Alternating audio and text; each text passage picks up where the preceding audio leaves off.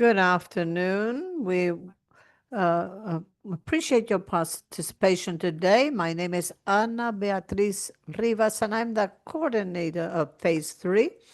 And we cordially welcome you to the series of Marfan seminars. Today's seminar is called Innovative Experiences in Control and Surveillance Activities in the MAR CMPAs of the Mesoamerican Reef.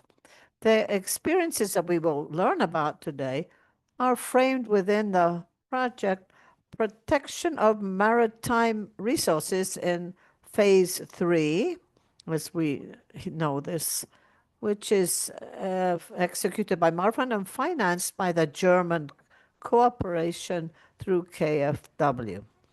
Before we start, I have some messages for you.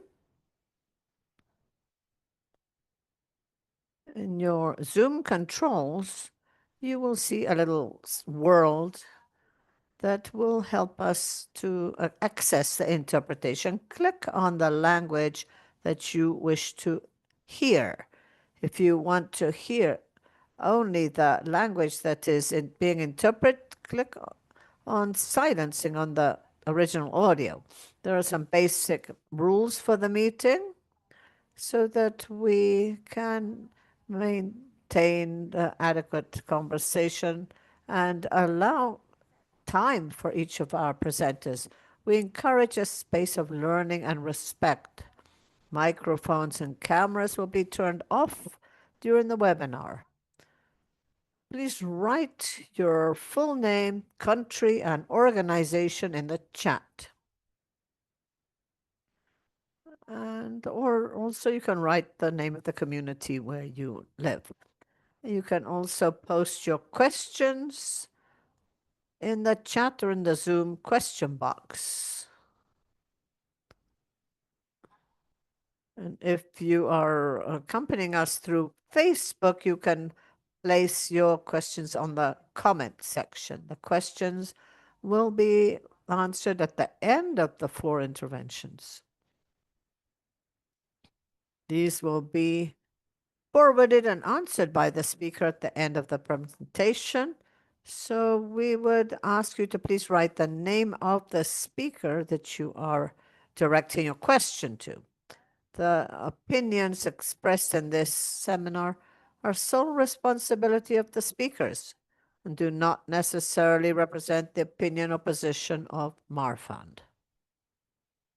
Today, we have a very important panel as a project. Today, we have representatives from the 4 countries of the Mesoamerican Reef. And from Mexico, we have Octavio Granados, who is the chief of the Department of Protected Natural Resources in charge of management affairs. Also, Enrique Gallegos Aguilar, analyst of conservation and management in charge of the subdirectorate matters, part of the Puerto Morelos Reef National Park. On behalf of Belize, we have Leonardo Chavarria. He is Executive Director of the Toledo Institute for Development and Environment, TIDE. On behalf of Guatemala, we have Luis Gonzalo Barrientos, Director of the Protected Area of the Wildlife Refuge Bocas de Polochic, Foundation of Defenders of Natural. And from Honduras, Jairo Garcia, Coordinator of Programs from the Cuero y Salado Foundation, also the Cuero y Salado Barriers Wildlife Refuge. And we thank you all very much for being with us today. Welcome. And I will pass the microphone to Octavio and Enrique, who will present their experience of innovative experiences and activities of control and surveillance in the Puerto Morelos reef barrier. Please go ahead.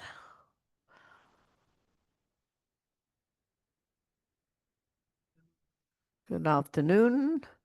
I have the privilege of presenting the protected area of the Parque Morelos Reef, and this is nature by the seashore, and there's many styles of tourists. This marine protected area has several pressures, mainly caused by human development. We're in Yucatan at the east, in a portion that looks, you can see it on the map, and compared to other protected areas, it is small. It has 9,066 hectares, mainly marine coastal areas. It has a land portion that is called the General Maritime Land area, where most of the mangroves are, the mangrove areas.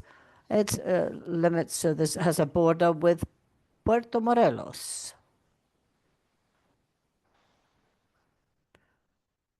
For managing this protected area, we have instruments. One of them is the management program.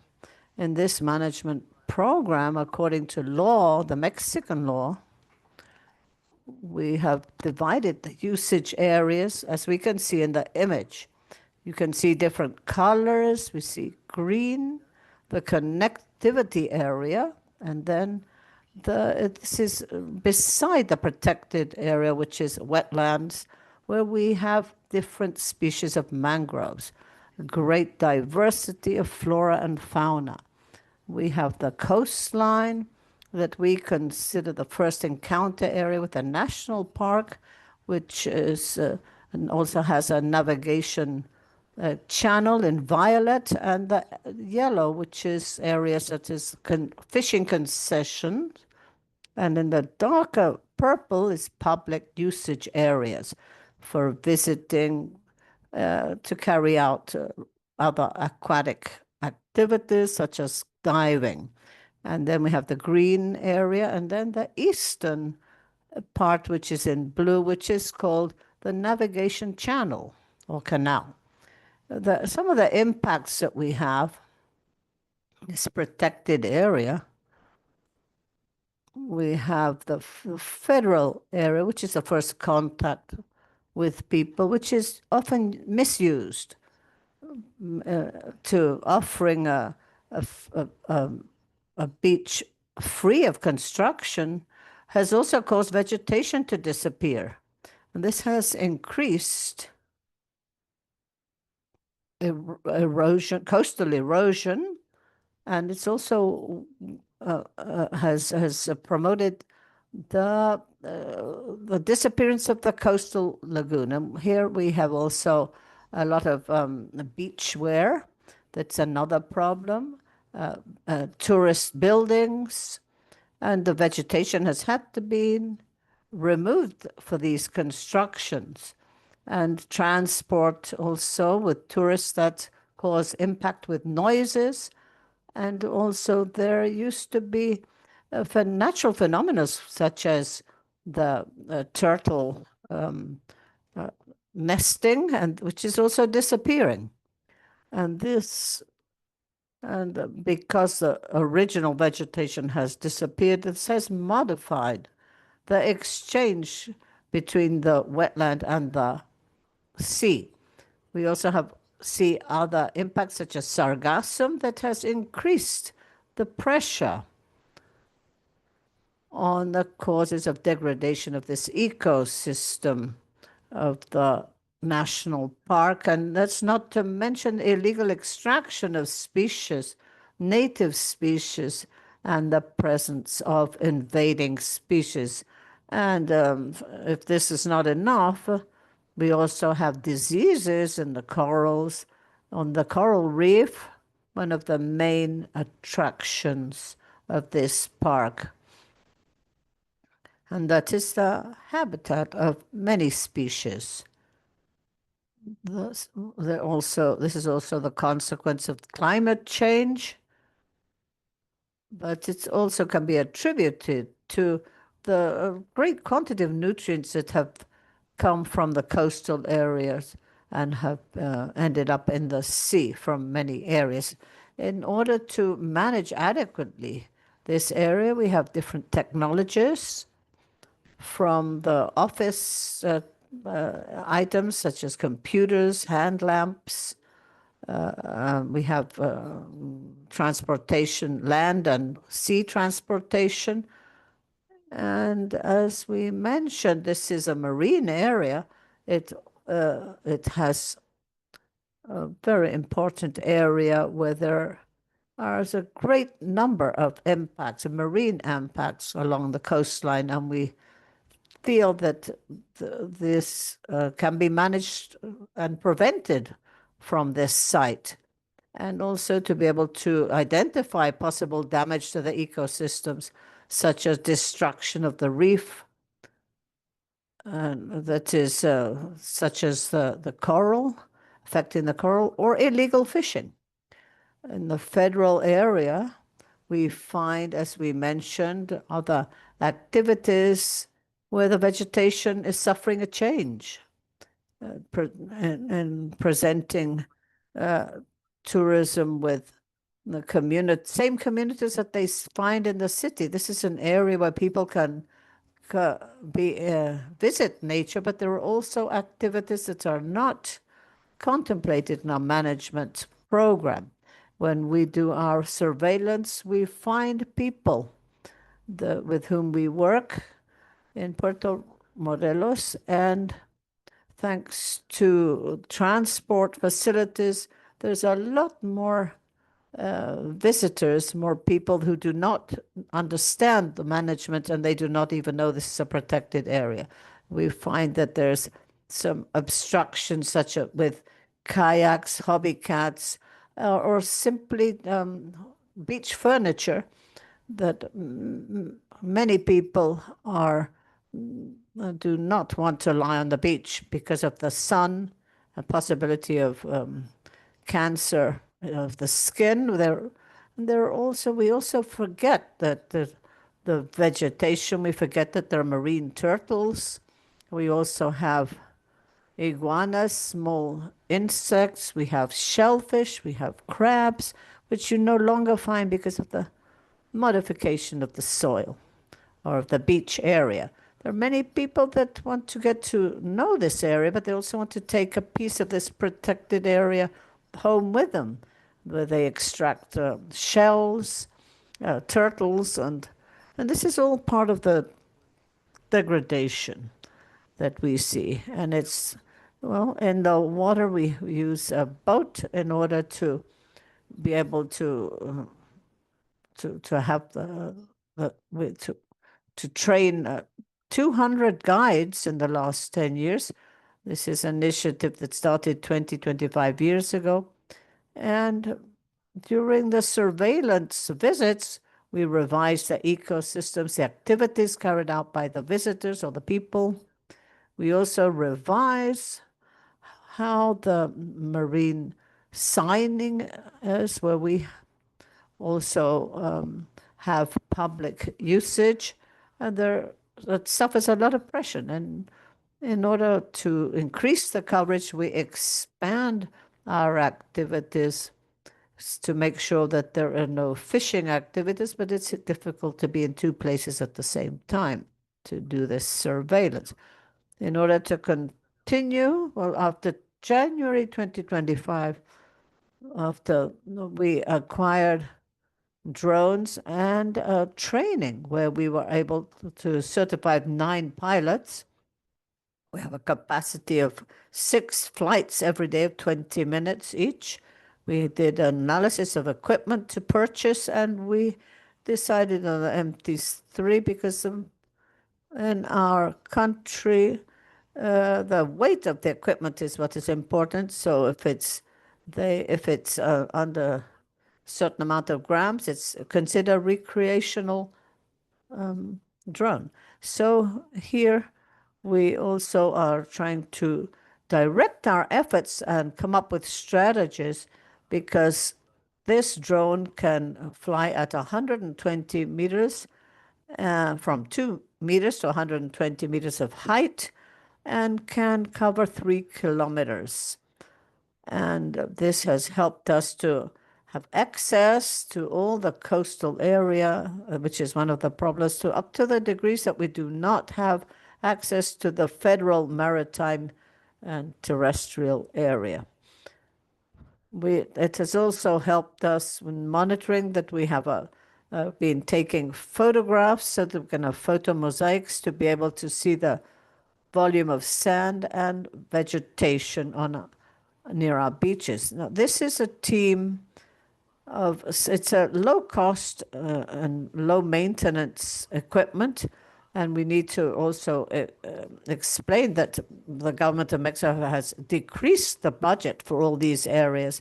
So that is another challenge that we have. Therefore, the drone does decrease the costs of operation, and it is something very relevant to our operation because this is a sophisticated technology with a lot of sensors. It also does minimize accidents. It's very versatile, and we can observe a lot of activities that are taking place in the area.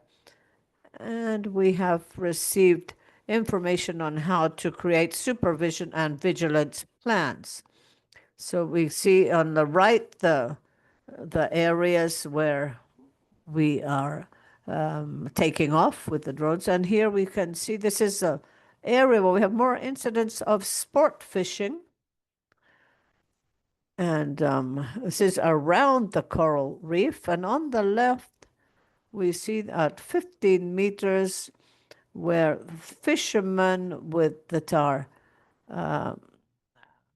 practicing. And there is another photograph that the fishermen that also are capturing fish with buckets, and we go there to provide them with information and to explain how they should proceed. In the north center area of the polygon, and on the right, we see a photo from 120 meters height where we can identify kayakers or also boats and people coming in from the coast. And on the left, we can see some more photos with the same vessels from 80 meters up to 4 meters of height, where we can see on the right there's some cooperative fishermen and also sport fishing.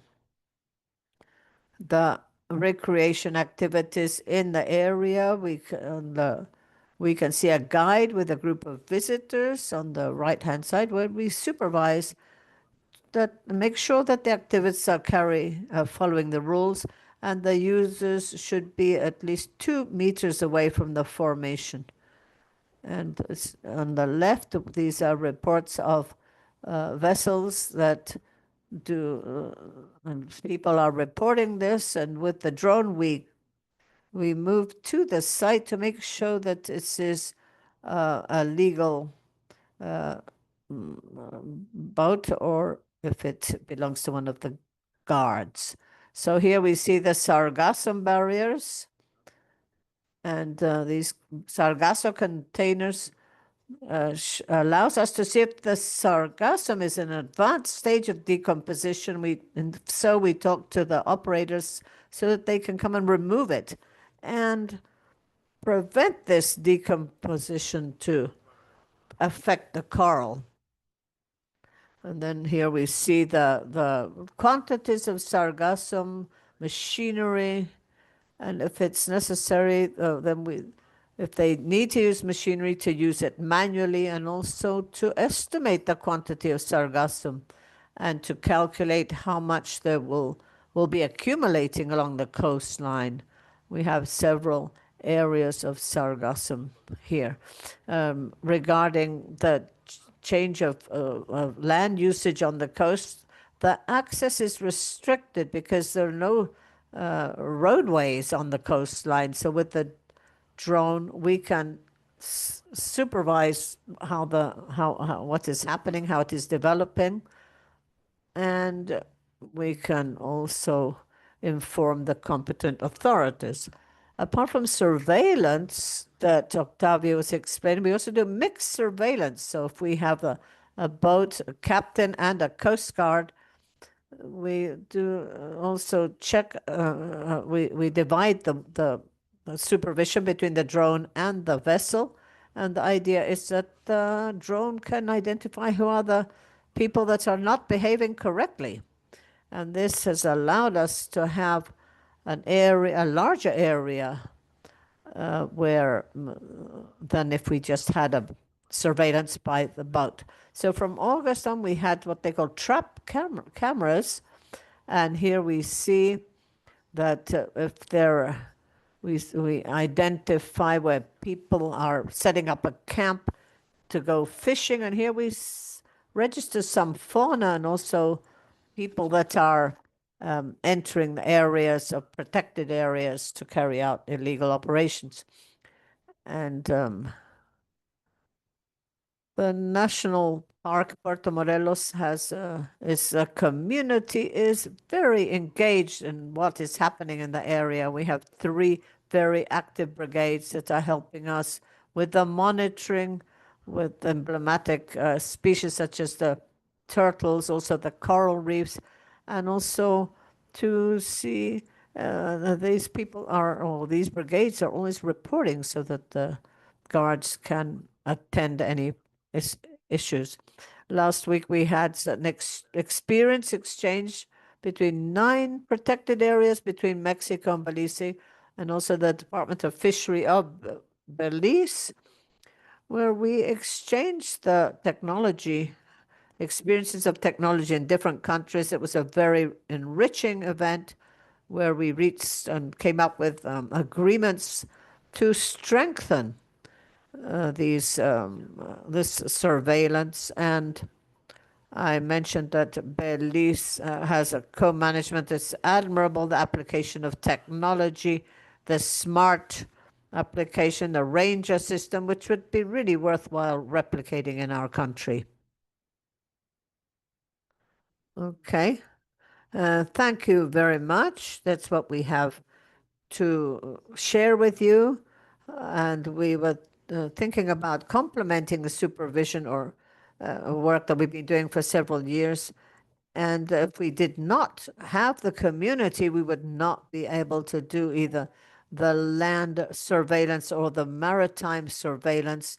This really has been a way to share the knowledge with the people and the technology so that they can provide information for the area and for the reports. And this is a very good tool that strengthens the capacities and above the all the economic and human activities. On our behalf, this is all we have to present, and we are happy to answer any questions you may have. Good afternoon, everyone, and thank you very much for the opportunity to do this presentation for the Marathon KFW under Phase 3, the conservation of maritime resources in Central America. Today, I will be looking at the exchange of innovative experiences in control and surveillance activities in the CMPAs. My name is Leonardo Chavarria Jr., and I am the Executive Director of the Toledo Institute for Development and Environment, TIDE. So today, the objectives of this presentation are very brief.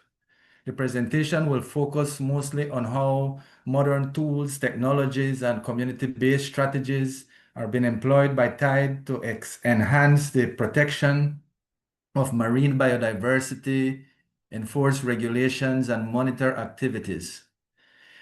TIDE really co-manages 2 protected areas in southern Belize. We co-manage the Zapadella Keys Marine Reserve and the Port Honduras Marine Reserve to a total of about 420,000 acres combined. The 2 protected areas, they border each other. This equates to a total of about 169,967 hectares. So really, what we will look at today is just sharing innovative practices and some of the work that we have done under Phase 3. For context, I'm just wanting to share with you a bit of background information that will be relevant. Firstly, Here, what we're looking at is that we ensure compliance with the MPA rules. Since this is a transboundary area, this is very important, especially that the stakeholders, the users, they follow the specific regulations as we speak about no-take zones, gear restrictions, etc. And also the protection of biodiversity and ecosystem in this highly biodiverse area. So the SCMR contains critical habitats, which includes, for example, FSA sites. We have 3 legally established FSA sites in the Zapadilla Keys Marine Reserve. We also have a known FSA site that most of you have probably heard of, the Cayman Crown Reef area. And we also have another FSA site that is not legally protected, but it's a known FSA site known as the Elbow, which occurs in close proximity to a known legally established FSA site that we know as the Rise and Fall Bank. What has happened in our area is that we have been focusing a lot in trying to experiment with new technologies, especially under phase 3. We also do a lot of supporting as it relates to scientific monitoring in order to enhance adaptive management. And we also, for context, we also look at combating illegal, unregulated, unreported IUU fishing at the Zapadilla Keys Marine Reserve and the Port Honduras Marine Reserve. To give you a brief rundown of the protected area itself, again, it occurs about 36 miles from the main town, which is Punta Gorda.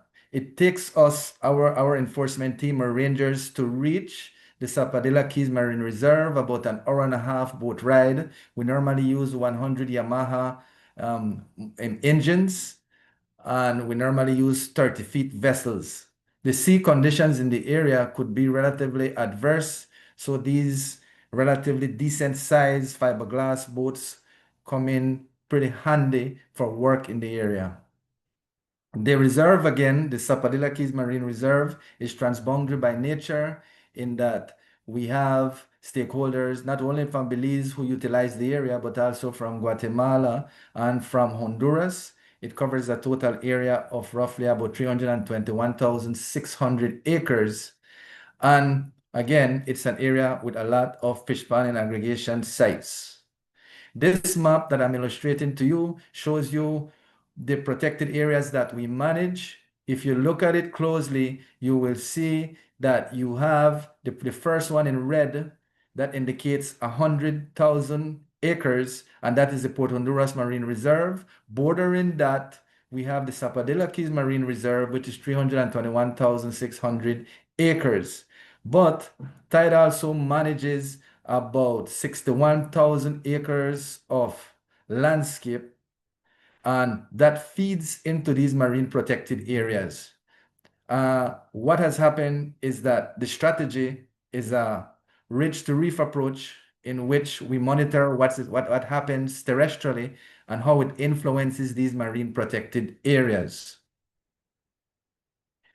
We have so far under phase 3, Tide has collaborated closely with relevant entities, including the Fisheries Department, the Belize Coast Guard, the Belize Port Authority, to mention a few.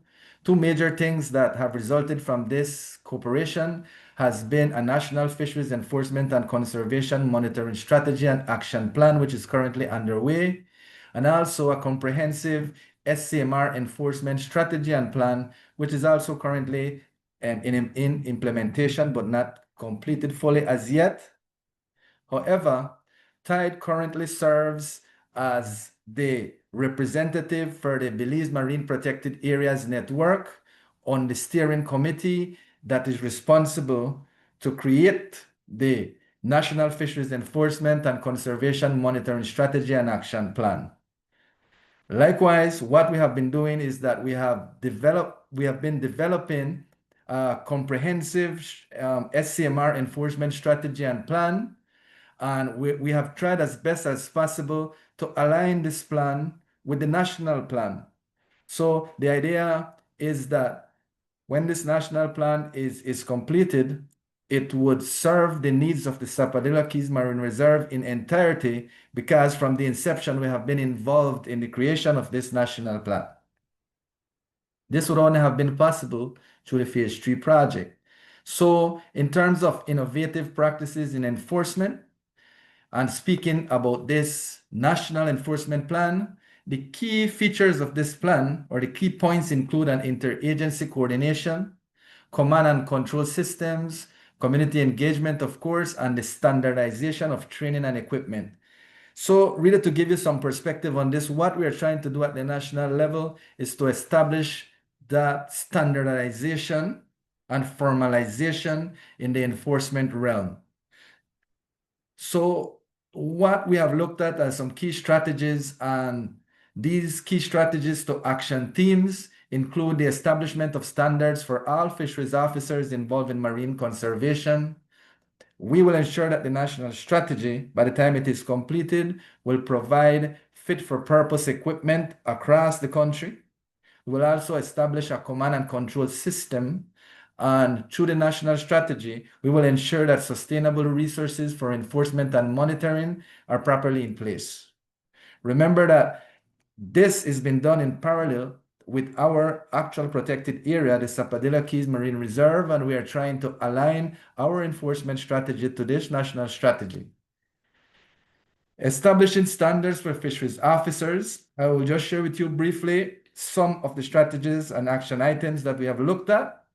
Importantly here, we plan to develop minimum standards for recruitment across the country, to conduct background investigations, and trainings of all officers designated under the Fisheries Act. Of course, this will include rangers. All rangers or our enforcement team.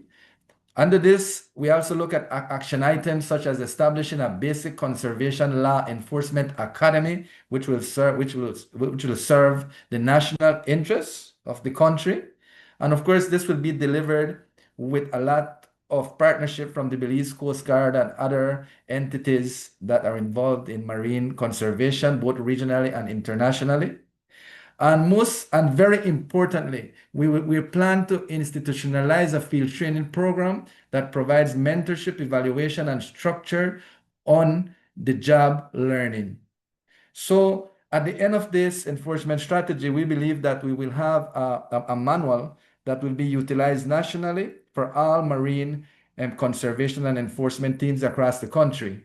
Now, looking at our particular enforcement strategy and plan under Phase 3, we have conducted a training needs assessment for our enforcement team. This was done internally with our team. From here now, our design is to create an enforcement training plan and a ranger training manual. Of course, the ranger training manual is also a big component of the national strategy. So whatever is the result of the national enforcement strategy, this is going to feed into that.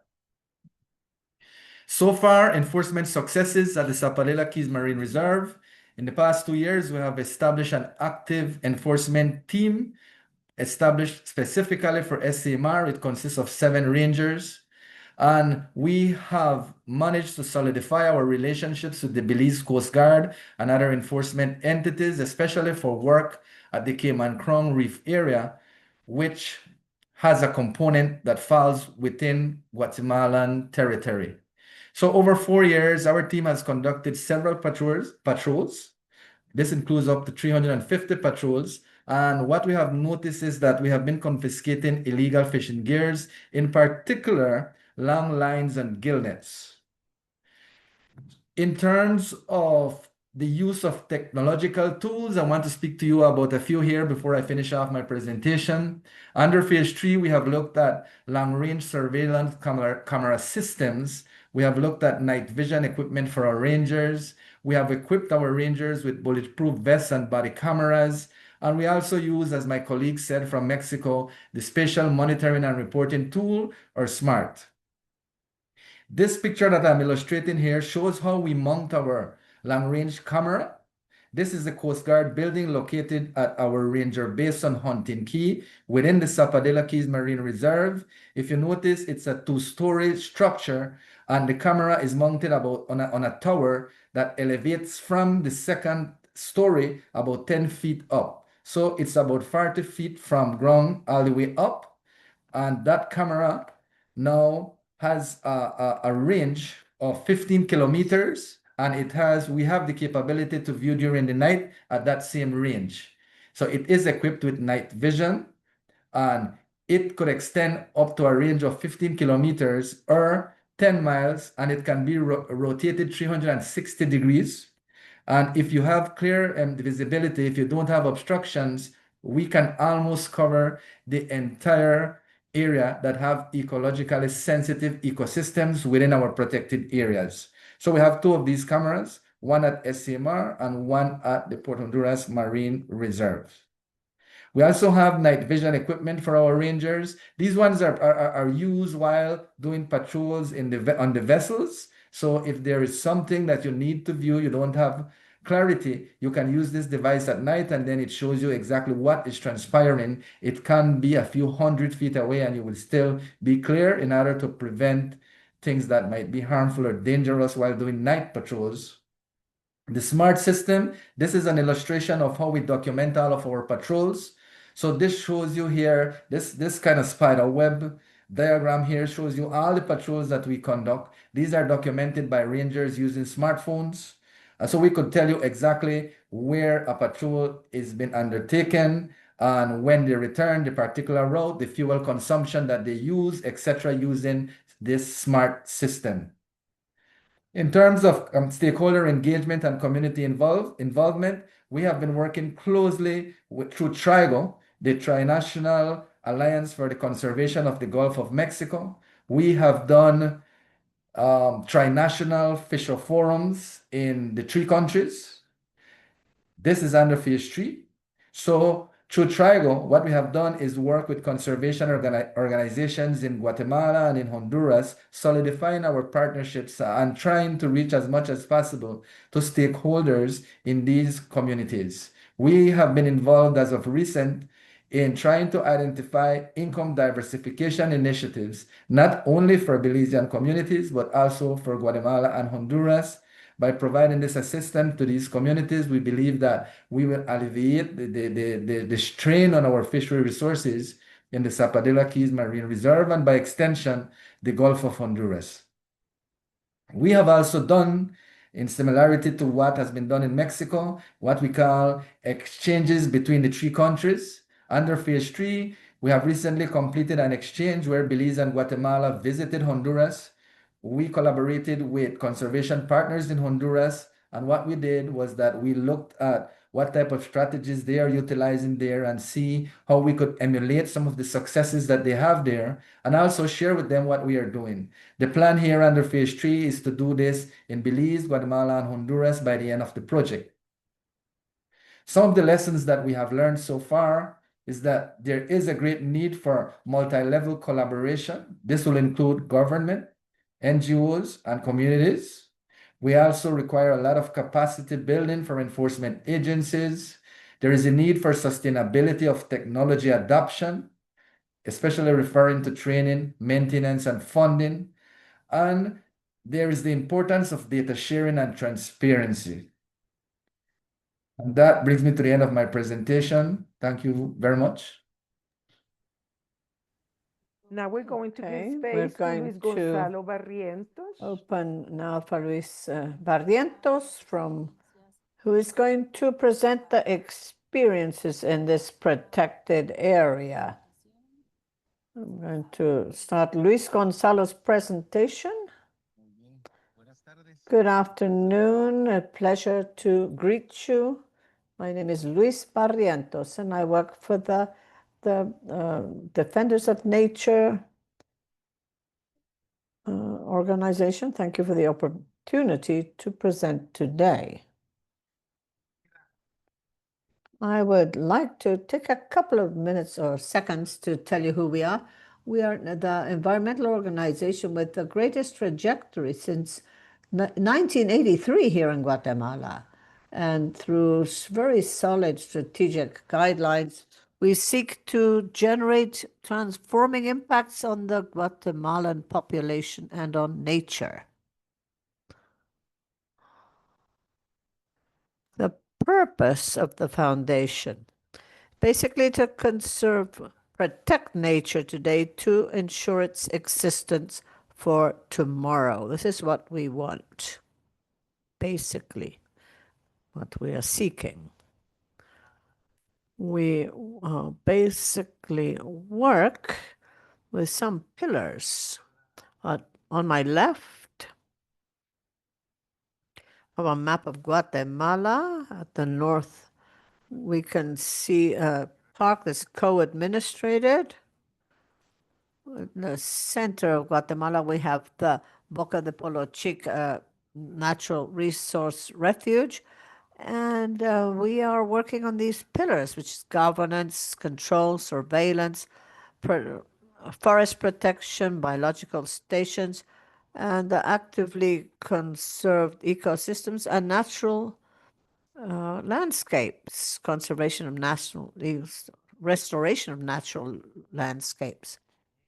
Very good. So here I would like to bring you to the site in Guatemala, the Department of Izabal, and we go to the Izabal municipality where the Boca de Polochic natural refuge of natural resources, the Department of Izabal and in Guatemala. Here we see the map. It has about 20,700 hectares, more or less. There are communities shown in yellow points with the Maya Cachi community villages. They are under the influence of the wetland and that make use of the resources from these areas. And here we are co-administrators. The foundation is a co-administrator that helps the state of Guatemala to administer protected areas. The rector of the protected area is the CONANP, it's the National Council of Protected Areas, and we are a civil society organization, and this is how we link the forces of security. And we prepared a control and surveillance plan, and thanks to the intervention of the Marfund project here on the site.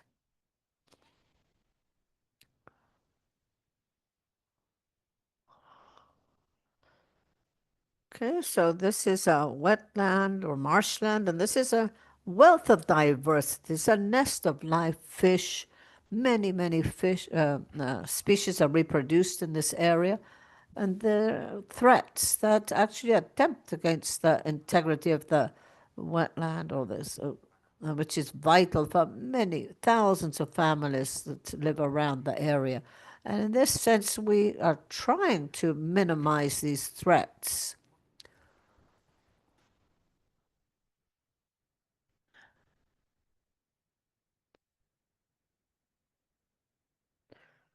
So we have a map of threats, and as I mentioned before, we look for the way to link the strengths, the forces of the security patrols to be able to work together so that we can minimize or reduce the number of threats that are affecting us.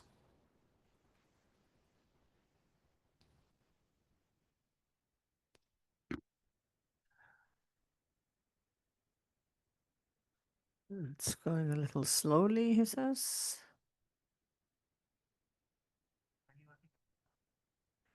Okay, so here we see some photos where we are working together with the authorities. There's a police officer that helps also to support this. He's from Ministry of Governance, and we also the Army of Guatemala and the guards, the resource guards that work with us. We do these tours, both maritime and on land, and we talk to the people in the area to actually so they can see the importance that these resources merit.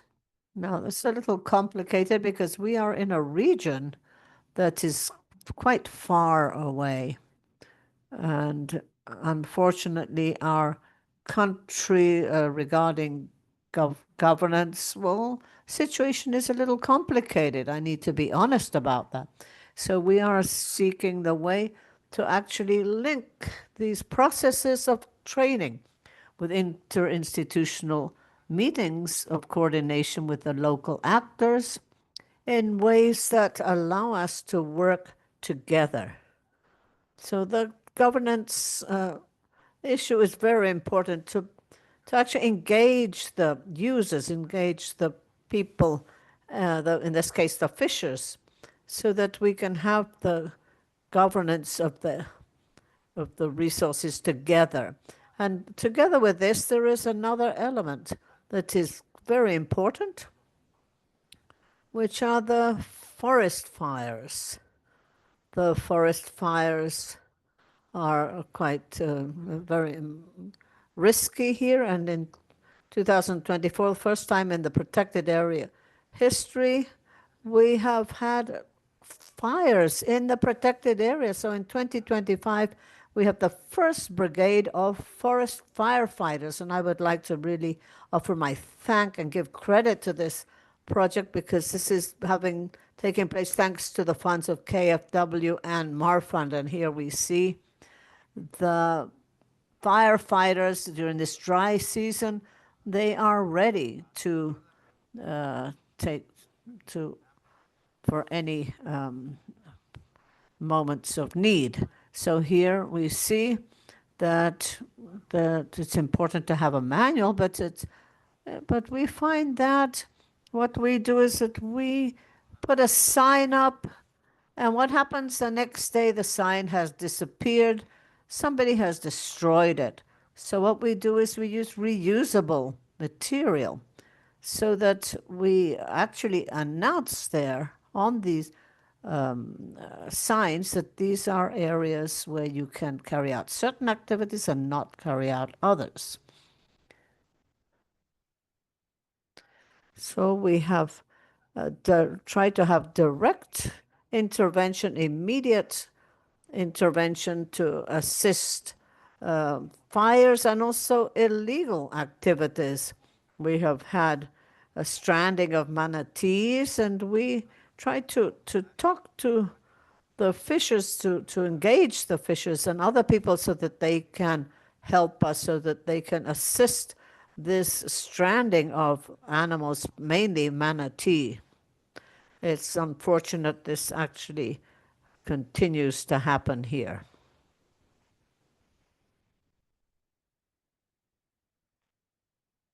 Now, to try to assist or to talk about these subjects, we have also been linking technology to this. We have a platform here which we are doing through the National Institute of Forests, the Minister of Environment, the CONANP, where you can see the maps of the heat points. And if we visualize a heating point, we can verify this way if it actually is a fire that is occurring, or if it's a piece of glass, of a piece of a bottle that is showing us a point of heat. And we can identify them immediately with this method. And this image is from May 2025, where we can see what is inside the black lines is the protected areas under that we are in charge of. And this has helped us very much to be able to assist in any case of fires. We also try to engage the users, the fishers, the citizens, to be able to maintain this governance. We talk with them about what can be done, what cannot be done in the area, and we ask them to help us to denounce the people that are not doing things correctly, the people that are not helping us to conserve and protect these wetlands that we have left. The implication, we talk about the implication of losing this wetlands and how catastrophic it would be for the reefs and for the protected areas. And this is why it's so important to engage the people, the citizens, the communities in the care of these areas.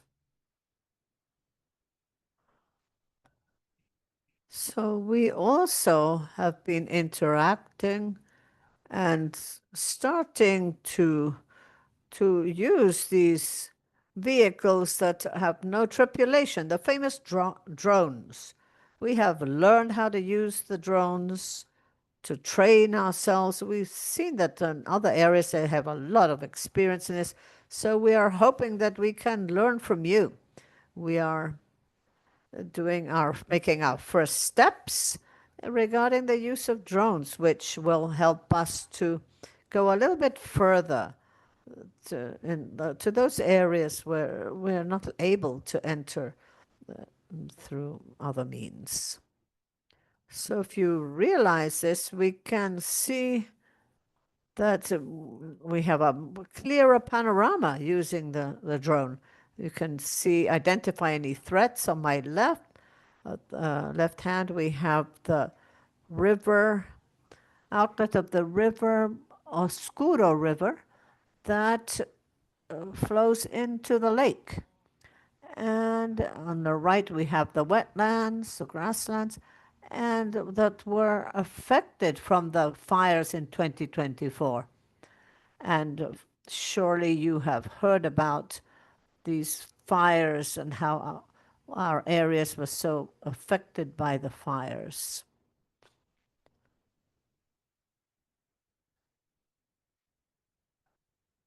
Here we can also see photographs, if we can pass these. And basically the use of technology, as I mentioned, the drones especially, have given us another tool to be able to detect in a timely manner so that we can see what illegal activities are taking place. And so this is what we have to share. And I repeat that the lack of governance in this area is very intense. And unfortunately, we coordinate with a government organization. We also coordinate with security forces. And together, we hope that we will have these wetlands for many years and share all these goods and services with all the population. Thank you very much. Luis Gonzalo. Agradecemos a todos el tiempo que han dedicado para este webinar. Como ven, nos estamos acercando casi a las 4, pero queremos dar el espacio adecuado para nuestro panelista de FUCSA, del Refugio de Vida Silvestre Barras de Cuero y Salado. Entonces solicitamos su colaboración de que nos puedan acompañar unos 15 minutos más y para tener el espacio de preguntas al final. Jairo García es el coordinador de programas de proyectos y dejamos en él el uso de la palabra. Adelante, Jairo, gracias. I am going to tell you about the experience of wildlife, of use of technologies, focusing on the use of drones or ARPAs. That's the technical name. I want you to confirm if you can see my presentation in full screen. Okay, now you do. Now we do. Okay, the wildlife refuge of Barras de Cuero y Salado, it was founded to manage the protected area. It's in the northern area of Honduras. It's 1327 hectares currently. As I said earlier, the ARPAS, which is the technical name of drones, so it's RPAS, that's a tool that has become a key tool for the protection of natural areas as it facilitates monitoring, surveillance, and research. We have been We have already heard how many areas are using drones for different activities, contributing to the co-management of protected areas. Key aspects that we want to mention are the ones that we emphasize. First one is that this technology in the northern coast, we were the pioneers of implementing these technologies since 2021. We've been training ourselves about that to improve the use of this tool. One of the key aspects is monitoring monitoring the forests and the soils. This is, you can see here, this image, what we can see with the drones.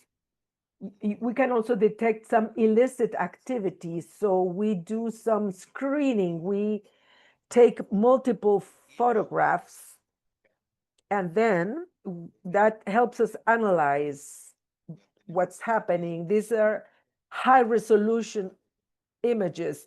We know how high we need to have the drone and the use of battery and how to fully cover in order to monitor these areas.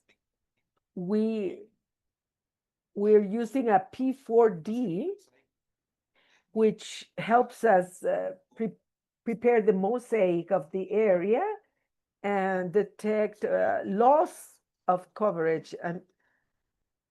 And if we use it for reforestation, we can also monitor the advance of reforestation.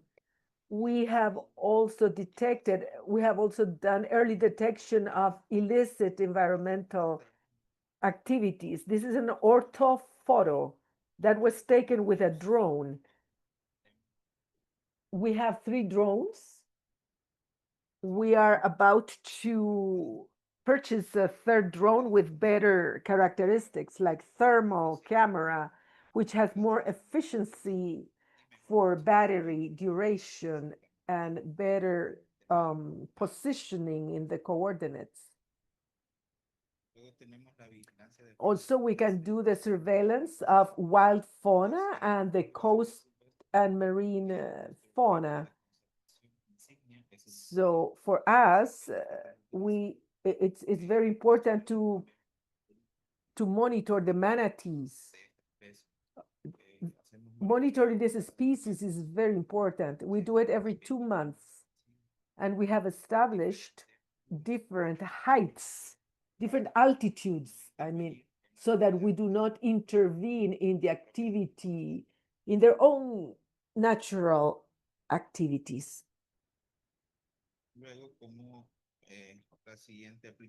The 3rd key application for this tool is the support during emergencies, such as fires, floods. We can see a picture here that we took in 2023 of the protected area. There were 93 hectares affected by fires, and we were fighting the fire on one side. But if you can see on the right hand corner, the upper corner, you can see that there is another fire there. So we had located one, and people thought, okay, these people started fire in a different area because they wanted to change the use of that land, of that soil. But we were monitoring using the drone, so we were able to detect that activity and stop it. Innovative experiences that we've had is that we have multispectral cameras to detect deforestation and regeneration or reforestation. This is the program that we're using. You can see that we can do different maps, different analysis with the images that we acquire using the drones. In the image, you can see one that is red, green, and yellow. That's a thermal image that you can use to identify species in the forest. It can also be used to identify crops or plants. And so this can be used for agriculture. We use it for identifying species of our interest. The other experience that we've had is the automated patrolling. So we program the drone to do a patrol. So here's an example of the applications. So these are, here we are using two apps to program these tours. One is Drone a Link. We enter the area that we want to map, and then we check the altitude, the number of pictures that we want to take, and then we turn on the drone, and then the drone does the work. So we can be 4 kilometers away. So that reduces also costs because we do not have to go directly to the site. The drone can reach farther than we do, and then the drone returns to the point of start, and then we do the analysis of the loss of coverage and the detection of species that are changing or that are in danger. Also, we integrate aerial images. When we have a mosaic, we start pasting the images in one single map until we cover the 13,000 hectares that we cover. The other experience is that we can learn in real time. Okay, we can do surveillance in real time. That's what I mean. For example, I am flying the drone. I can see the screen in real time, and we can react immediately to some activities within the protected area. The results that we've got by using this tool is using the resources for monitoring and surveillance and patrolling. We don't need to go to the site. We can do it from a safe distance for the staff. Here is a map of the protected area, one of the areas that I showed you where we did autonomous flight is in the center of the green polygon that you can see in the map. That's our nuclear zone. That's an area of very difficult access, but there is always some person that is able to get there. But we go to a safe place and the drone goes deeper into the center of the nucleus, and we can check activities that are not allowed in that area, and we can react. Then we have more safety for the staff when they do their patrols in the area. As you can see in this picture, we're patrolling. It's an interinstitutional patrolling. We have the armed forces, we have municipal staff and community members. The drone has to go above so that it can alert us from a danger. And then the armed forces, after the armed forces control the area, then we can start doing some activities. But the drone is always on alert to protect the staff performing the activity. The next result is the identification, detection, and quantification of illicit activities in a more accurate way. these images are high resolution images, and we can identify how many trees have been cut, what species these trees were, so we can do it through the image. In this image that I'm showing, we were able to identify where the vegetation had been cut. We identified it and quantified it, and then we can proceed with the legal aspect of it. Also, there's more coverage in remote areas. Before we used the drones, there were areas where we didn't have any access. Using the drones, we have more coverage. We can do more interventions and in a more constant, more frequently, because we're not using so much staff for patrolling, and we can do it more frequently. We have technical and legal evidence using georeferenced images. We are advancing in the use of technologies. People who are on the other side, the ones who are doing illicit activities, they are also implementing strategies to evade the tools that we are using. But for us, this gives us resources, legal evidence, so that we can proceed to fight them. Since 2021, we started using the drones and other technologies, and we've been making progress. The first drone that we bought was medium range, and then now we have a medium high.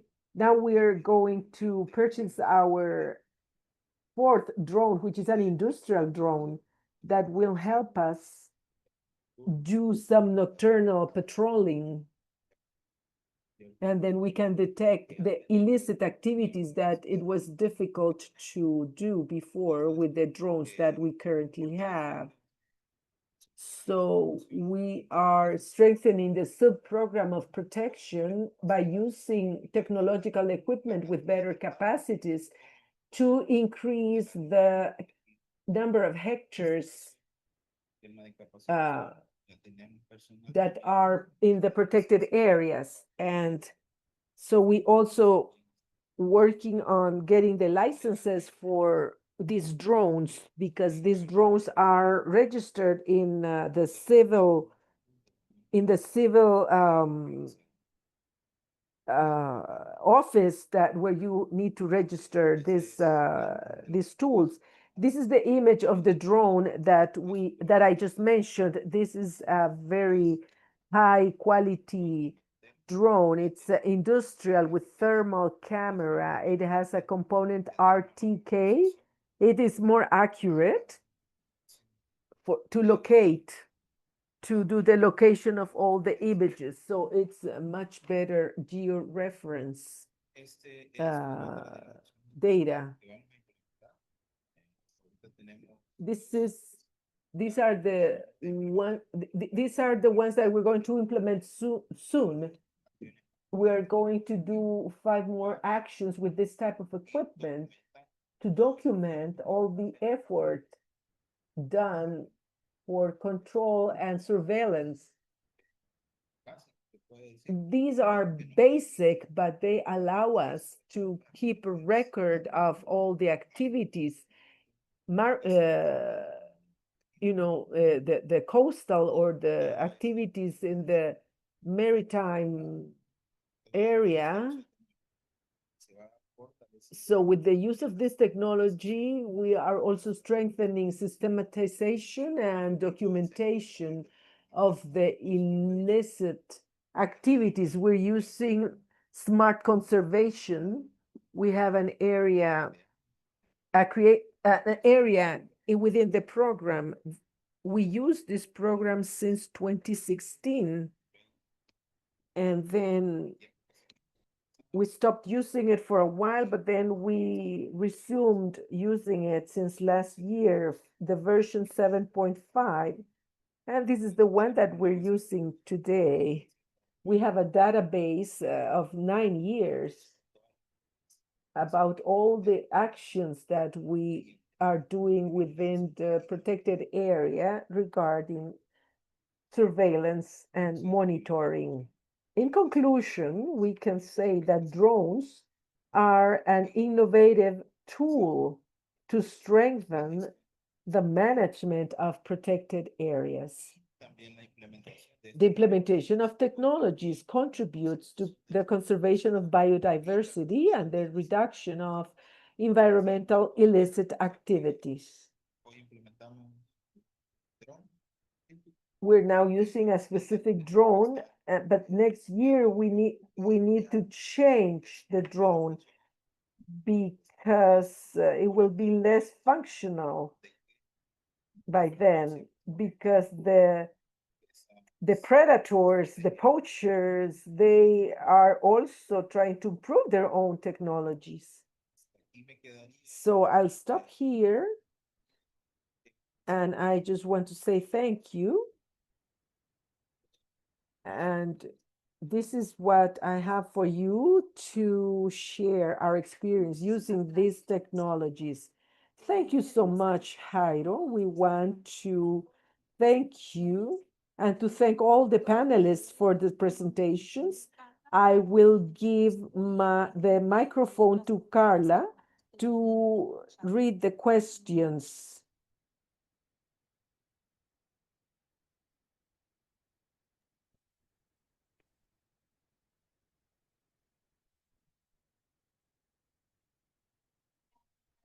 Thank you, Anna. Good afternoon.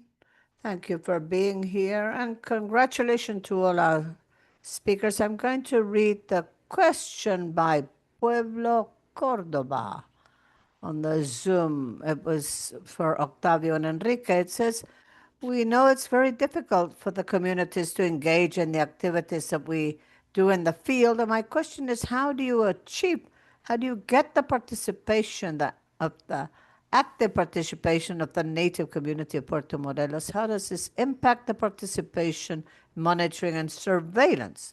Yes, we have a concern regarding the community in the protected areas of the country, and the characteristic is that the promotion to declare it as a protected area came from the community. So their participation started back then. So there are founding people that are active.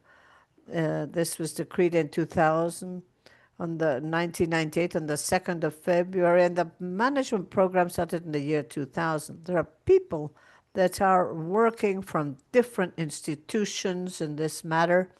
And we also have another factor that could be benefiting this, which is by having an institution that is doing an academic institution that is from the National University of Mexico, it's doing research on this, and that also they have given CONANP the task of protecting the area, which we are part of the CONANP, and this has had a lot of participation with the community, who has participated with the advising council of the area. And many of the people that collaborate are not only the population from the area, but they're students from the university, or people that have interest in conservation. But the concern has been also taken by the government, because with some programs of subsidies to be able to promote this participation. So we do not just approach people with empty hands. We do try to return the effort to them, by also providing them with some kind of retribution or gratitude for their help. And this has permitted the coastal areas to be the ones where there have been more population. We have an increment in the population because of this, and the people that have arrived in the area have also become part of the actions. And this subsidy for conservation of species, of community engagement, marine turtles, and restoration of ecosystems in which the community also participates. Additionally to this, every 3 months, we do a training for service providers, and we emphasize the rules for taking care of the park. There are always new volunteers, new people that are interested in the restoration projects or simply in doing their work and reporting constantly what is happening when we are not able to be there, with specific action for regarding the turtles, training the people that have to do with marine turtles, and 20 kilometers of beachfront of this park having care and management of this of these turtles. They participate occasionally in the conservation. So I can say the original community, the academic institution, the government through different programs have strengthened this community surveillance activity. And we've seen that when people are engaged, then they stop committing these illegal acts, illegal actions. So we must say that we have a friendly community. We know that there are some communities where the coast guards are not, or the park guards are not welcomed, but here we see that they do welcome them. Thank you very much for your answer and also for the question. Our time is practically finished, but we're going to give a little bit of time for some of the questions that we still have here. We have one of Islas Mujeres, where they ask how you were able to link with the authorities to be able to have their accompaniment in their surveillance tours. How were you able to get their support? And if you could tell us a little bit more about the context, we would thank you very much for that. Okay, there are two subjects here. And there is a council that is in the protected area. We are there. We're actually helping to promote this so that in the area, so that in the ministry in Guatemala receive instructions, or they have instructions to assist our and to demands. And also there is the insistence of the users that are being affected constantly. Some of the illegal activities also are harming the food security. And so there is a request to the authorities to intervene and to make sure that there is a legal response so that these problems are actually addressed. And this is not easy. We've had people from the different countries that are present. We know that in Guatemala, the lack of governance is quite outstanding. But basically, this is the council, the advising council, and the government and the assistant. So to finish, we have the question by Kevin Moncada from FUCSA. He says, what is the software that you're using to reduce the vegetation coverage in Cuero y Salado? I have this concern. I wasn't able to hear how you did this. Okay. We use something that's called BIC4B. It's a software that we can take a photo with any device, a camera. It could be any kind of camera, a telephone, a cell phone, so long as the camera has activated the referential. So we take a photo, we put it into the program, and this program makes a mosaic of 300 images that we have, It will paste them. It does the georeferencing, georeferral, and we can detect volumes of coverage that we have in the area. And this is where we can generate a larger image of higher resolution. And apart from the Big 4B, there's another software that is being used.